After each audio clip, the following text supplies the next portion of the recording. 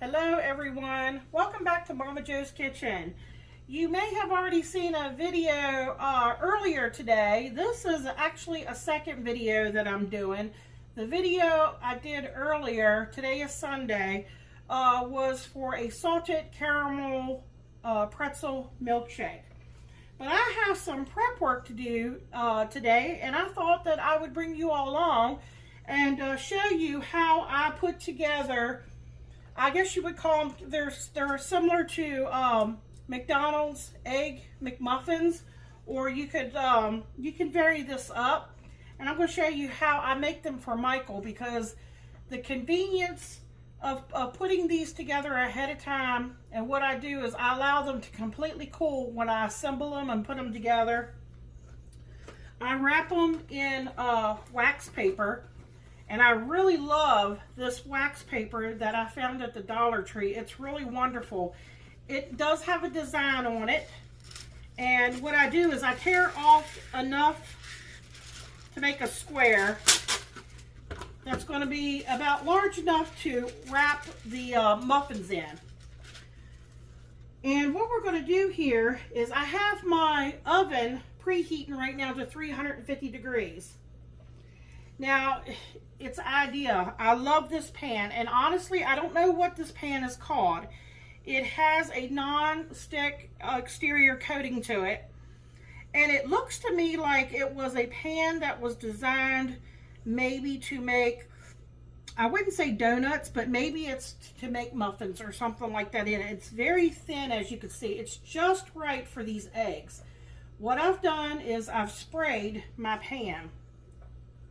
And now all I have to do is put some salt and pepper on here.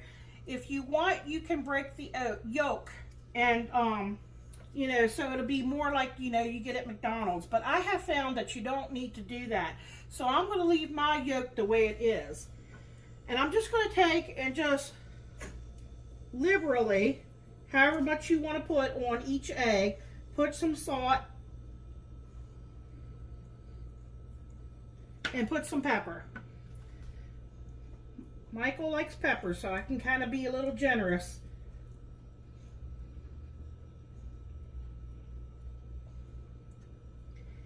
And as soon as that oven preheats and it's going to beep, I'll put it in the oven. And you want to leave it in there for about 10 to 12 minutes.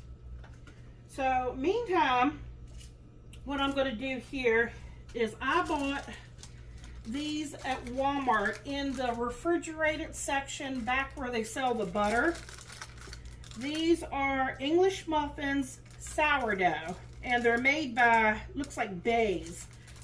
I have bought these before. They are very, very good. They're a little more costly than, because I've even tried, like Dollar Tree has English muffins, but I'm telling you, sometimes it's worth to pay a little bit more for a better quality brand. These came apart, no problem. Real nice. And what I'm going to do is I'm going to pop them into my toaster back there. I'm going to go ahead and get this in. I've got my toaster set on about a 4, a little bit under a 4. And I have some, you could use butter, but I'm just going to use what I have on hand. I have some Blue Bonnet margarine. So what I'll do is I'll toast these, and then I'll put a little butter on them. Okay. I will do that to all of them. Okay.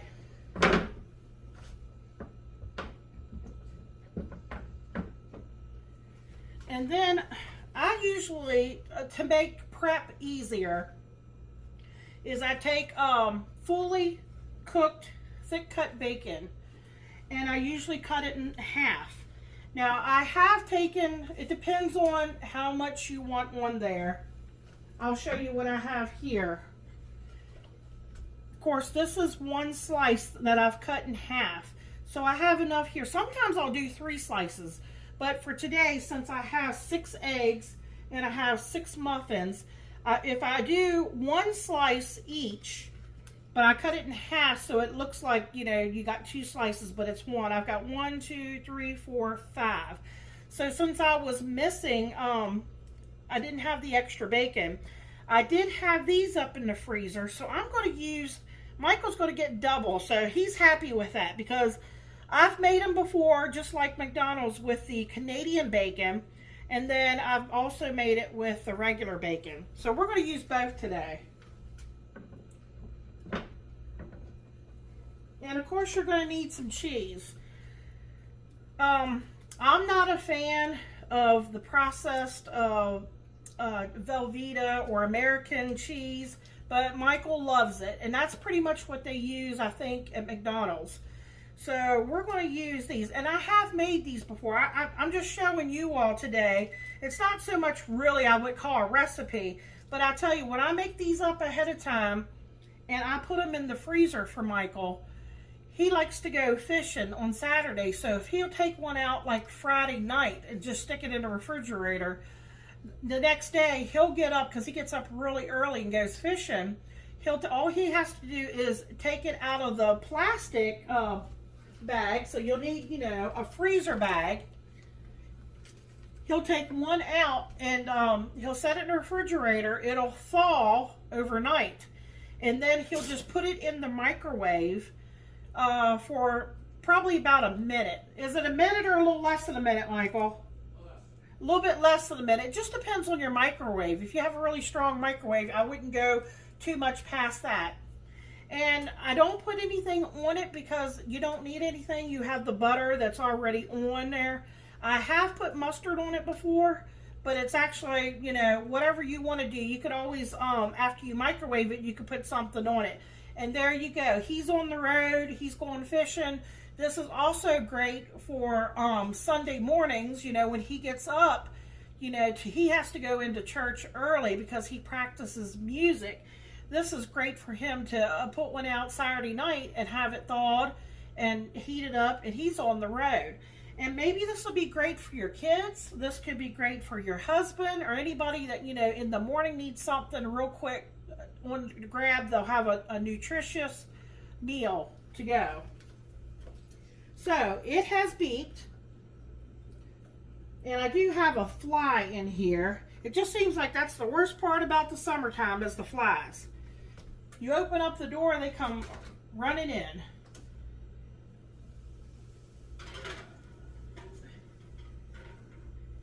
Okay, let me set my timer. Okay, I'm setting it for 10 minutes. Okay, so I have the first one's done back there, and I wanted to show you, if you want to know where I got that Canadian bacon, this was at Walmart.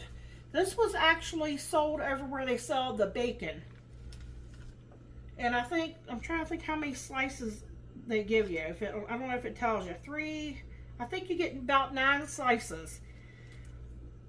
Okay, so I will bring you back after I get these buttered up, and we'll get ready. The eggs come out.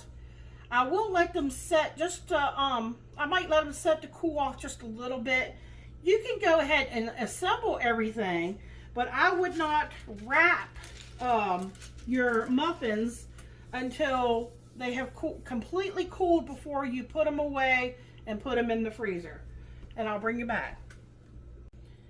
All right, folks, we are back. They've already come out of the oven. Let me show you here. This is what they look like.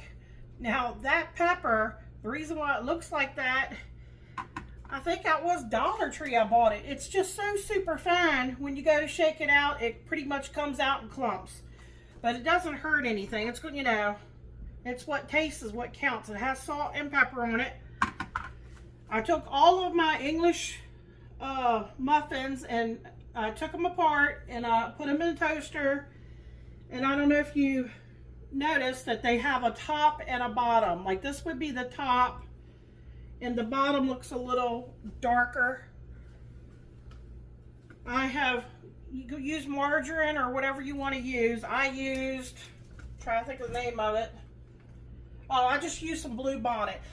The reason why, I always keep butter on hand, but the reason why I buy that is because Michael will get into my butter when he makes popcorn. Then I get upset with him because he's used up all my butter. So I buy that for things like that.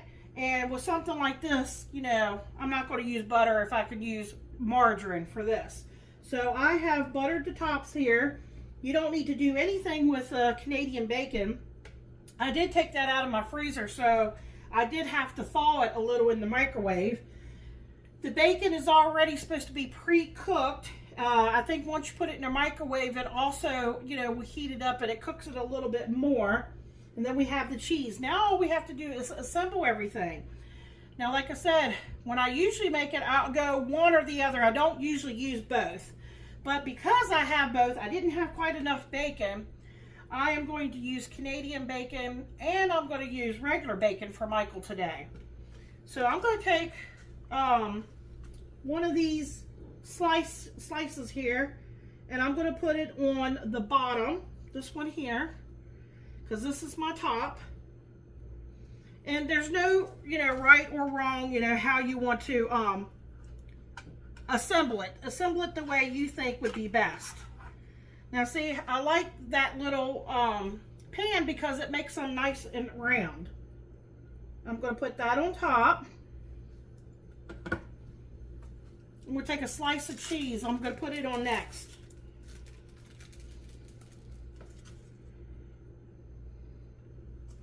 And then I already have the bacon that was cut in half. And I'm just going to lay it on top. And then I'm going to put the top on, just like that.